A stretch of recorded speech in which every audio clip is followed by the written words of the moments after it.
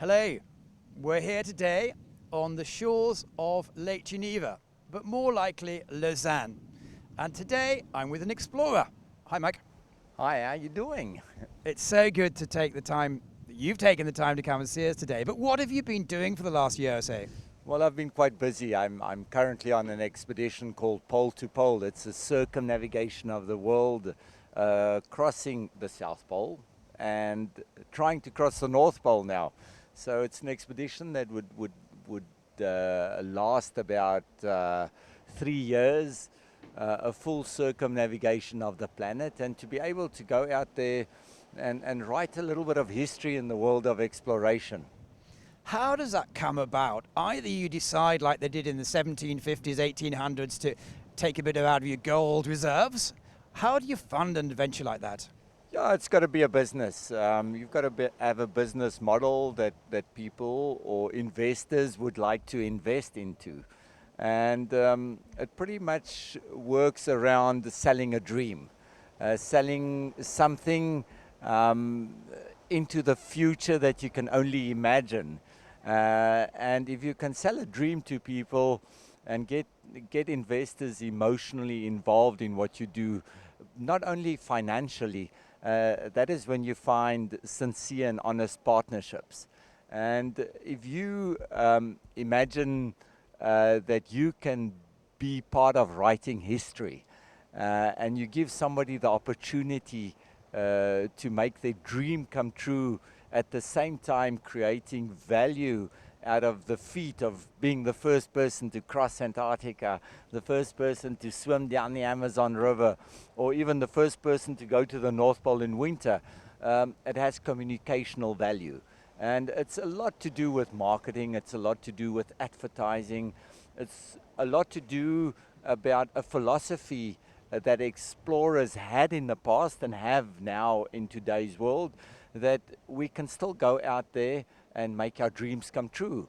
And that is the basic business model that we try and set up around the exploits that I'm trying to achieve. So let's talk the business. How did Pole to Pole, because I know you've been on this since 2016 physically, but it's been in your head a lot for. How was the idea brought up? And talk me through the stages, please. Pole to Pole was a boyhood dream that started when I read the first books of Scott and Edmondson and Shackleton. And if something fascinates your mind, all of a sudden the impossible disappears. It kind of fades away. But it's taken me more than 40 years to make this dream actually a reality.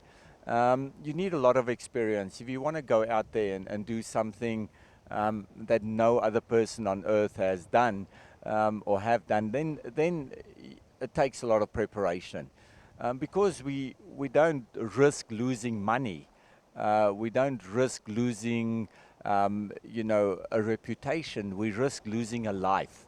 And that's where the real investment and the real dedication to what I do becomes the point of interest, is that I'm willing to commit. And I'm willing to commit much more than money. I'm willing to commit my life. And that has a different value. To be able to do something very honest and very true, which requires a lot of experience. I needed 25 years of exploration to even think that it would be possible to cross Antarctica. And that is where we need investments. We need people to believe, as much as we believe we can do it, sometimes even investors believe more than we believe that it could be possible. And once you have that support and you surround yourself with like-minded people, you surround yourself with people that's there to support you, you surround yourself with positive energy, then you start growing your business. So let's go into details. We have Panea, we have Mercedes-Benz. How was it like a split decision? Did they say, I'm going to buy into this? How does it work with those two, let's say, high-end companies? You know, having Mercedes-Benz and having Panerai, the Richemont Group, they've been investing or supporting me for over 17 years. And it's always the amount they decide to invest in the projects that I do, in a way, I think I have to give them a certain return. So it's like buying advertising space. It's in a way being able to invest your money into a certain marketplace that is not covered by financial investments, but more by emotional investments. And that's where explorers play a very big role. I think exploration has become the new golf or the new tennis in a way. And more companies seems to want to invest into authentic and true life stories instead of using actors or using musicians in advertising campaigns. They would like to tell a true story. And that's what Mercedes-Benz, when they approached me in 2001 and said, Mike, you're a pioneer in what you do. And we were pioneers in the world of mobility. That philosophy suits us, and to be able to be a witness of pioneership, and to be able to share that passion with the clients that actually buy their vehicles at the end of the day is something that is so true and authentic that we don't have through just normal marketing campaigns. And Panerai as well came to me, and it was Johan Rupert, the big boss of the Richemont Group, that just came to me and honestly and sincerely just took his watch off his arm and he said, I like what you do. I think I would like to support you for the rest of my life. And relationships like that comes from the heart more than just the financial return that we can give to people, is relationships that last forever. And what's interesting for me is they don't just give you a check. They give you the materials, like help you build a boat and help you give other things. I guess that it's your decision to go with them, because that must be really a partnership. For me, it's very difficult to be able to invest in any research and development. I need a lot of money. And if you can use the know-how of Daimler, for example, to be able to have lower carbon emission engines in the boat, to be able to use less fuel, to have engines that's got a lower carbon footprint, is to my advantage as an explorer, but as well to their advantage. So to be able to test in real life situations and conditions the technology that they develop, I become a perfect platform for them to be able to use what I use to help me, but as well to help themselves.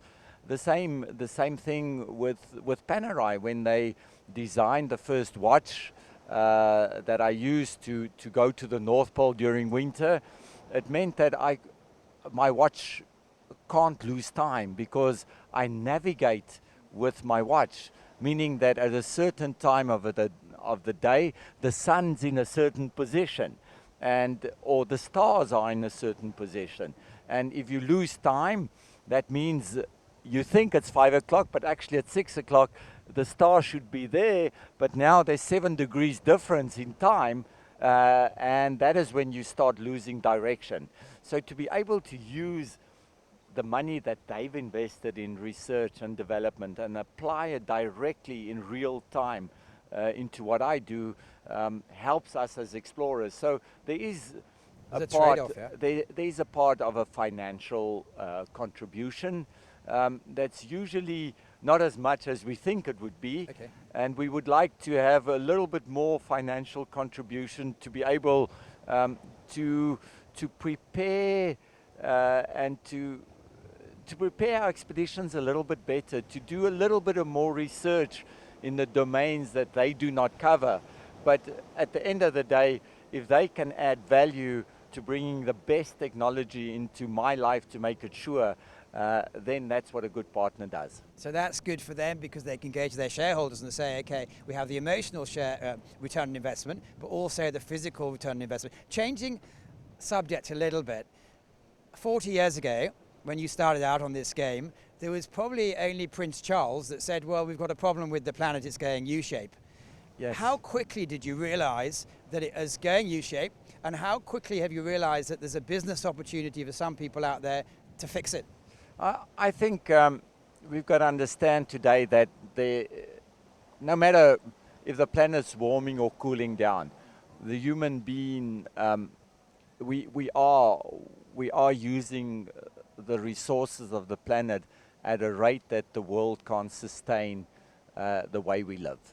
And that we have to accept. If we speak about carbon emissions, we would say, okay, yes, does planes, cargo ships, cars, diesel trains actually pollute as much as we think they are polluting?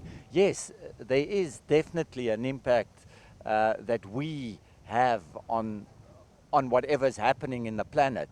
And to be able to use that as an opportunity to make our footprint, the human footprint, a little bit lower, actually have a less bigger impact on the environment, can only help us.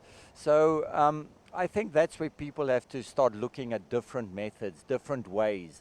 And I've seen the first grizzly bear kill a polar bear. A grizzly bear never walked into the Arctic Circle.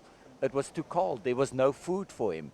So a polar bear that's much bigger and stronger than a grizzly bear shouldn't be killed by a grizzly bear. Now, why is the polar bear being killed? It's simply because a polar bear can swim 100 kilometers without having a rest. A polar bear can smell 50 kilometers. A polar bear can walk 80 kilometers a day. But he's a better swimmer than walker. Okay. The ice is 150 kilometers away today. So the bear can't even swim to the ice. After swimming about 50, 60 kilometers, he can't smell the ice, so he turns back to land. And that's when he gets onto land exhausted, tired, hungry, weak. So it's easier for the grizzly to kill the polar bear. Now, why is the grizzly there? Because it's heating up. The Arctic's changing much faster than anywhere else around the planet. We can say, yes, it's colder on the South Pole today, but the oceans are heating up. Yeah, that's it. So the oceans are heating up, although we think it's colder and there's more ice. The ocean that keeps the temperatures of the world constant, that keeps us all alive, is the sink of carbon. So that absorbs all the carbon. As the carbon gets absorbed, obviously you have a heating effect. And as the plankton absorbs the carbon, they release oxygen. But now our plankton can't absorb any more carbon. The zinc is full. So I think that's where we can create opportunities in business. So how, as a business person, which clearly you are, but you're busy exploring the planet and sending the message out, are there opportunities for businesses there to make money from helping save the planet? I think it's got to be a business. It's got to be like they're making money to destroy the planet. We can make money to save the planet. It's just we have to change our business model a little bit. We have to look at new investments. We've got to look at new developments, and that's where we kind of we've become blind to opportunities. We're always running down the same old way for years on end, and that's got to stop. There's a moment that we actually are killing the mother that feeds us. So we've got to kind of sit back a little bit and look at the world in a different way. What can we do today to make the world a better place? There's investments to be done. And it's not only political investments. If we have to rely only on political decisions, if we would say, yes, Trump doesn't agree with climate change, and I agree with climate change, I should still be free to be able to do my part to make the world a better place.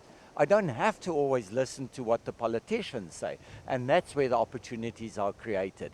It's taking ownership of global warming, playing your part. What can you do as a private company or a public company to be able to change the world as we know it today? Today, with all the microplastics in the oceans, all the trees that's been cut, to be able to create sustainable resources for our planet and to be able to consume less is obviously a massive business opportunity. And in education, I think that's where we can do a lot. If we can take education as a business, then the world will be a better place, because the biggest untapped source of energy is the younger generation. And we're not investing enough money into the younger generation. So if they change their methods in their ways in the future, then the world will definitely be a better place for all of us to live on. So you did your, is it Pangaea project, where Pangaea is like a super community, isn't it? Yeah, super continent. Yeah.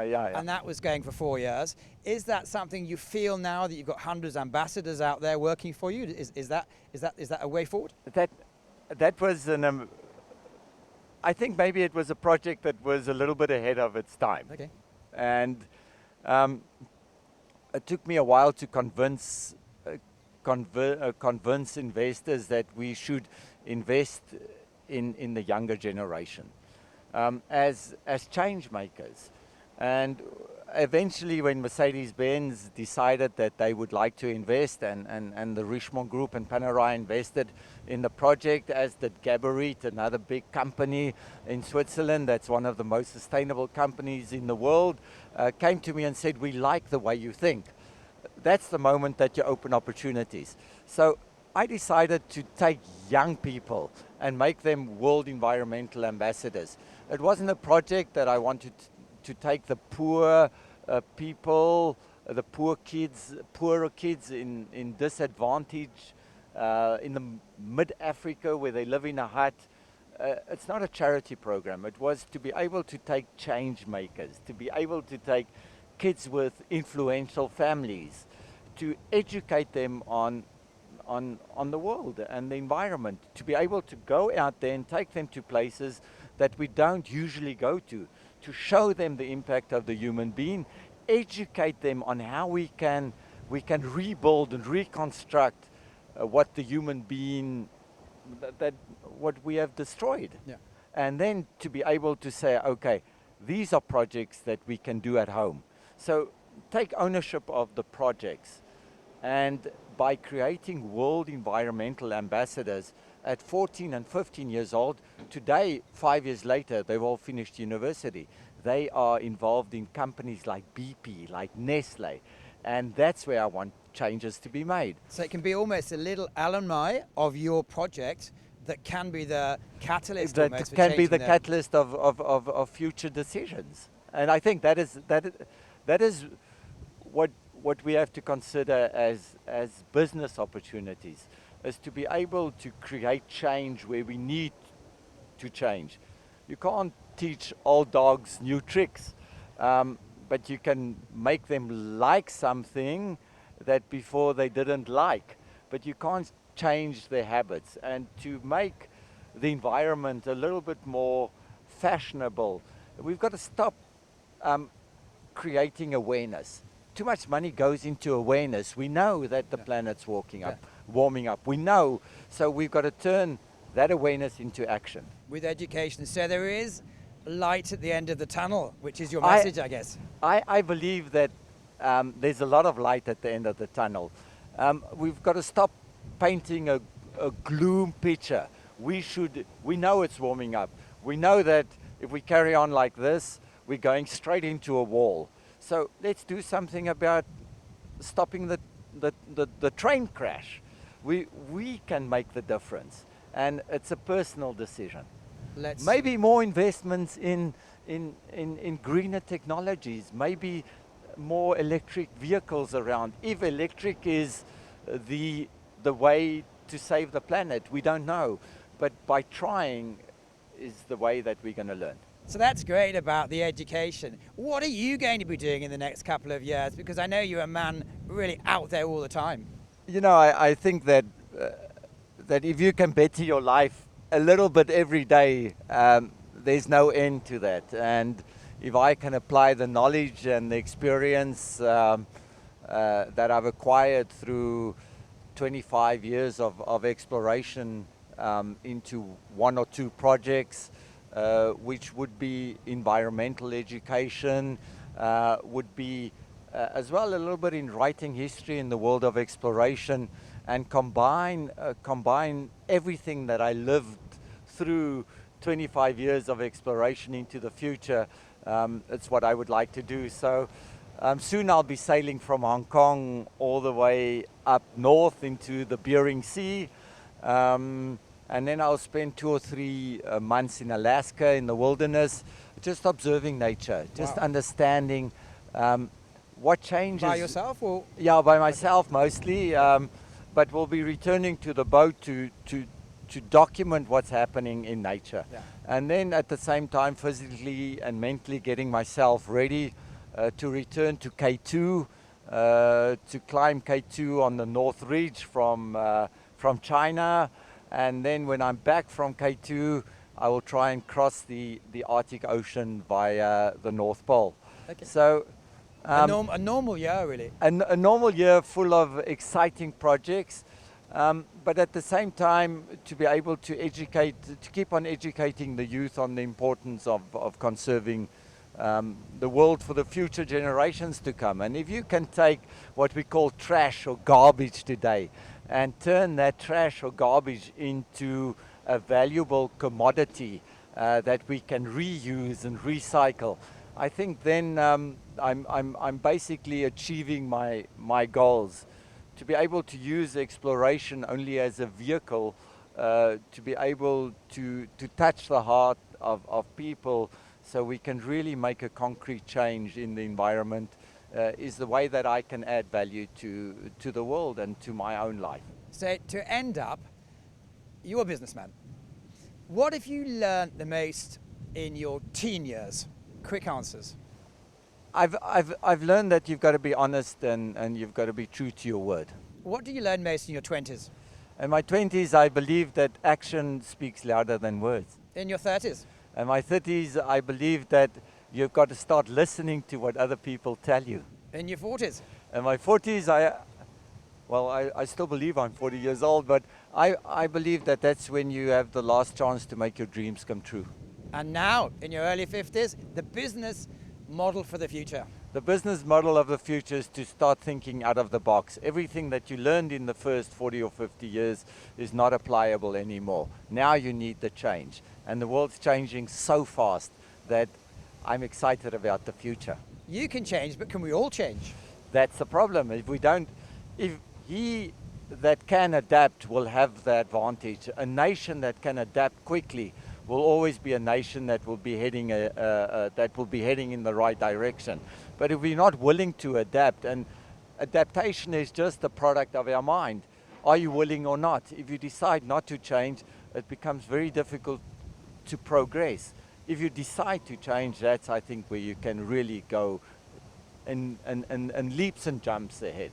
Well, Michael, we maybe won't be able to change at your rate, but every little bit helps, so let's change together. Thank you. Thank you very much. Thank you.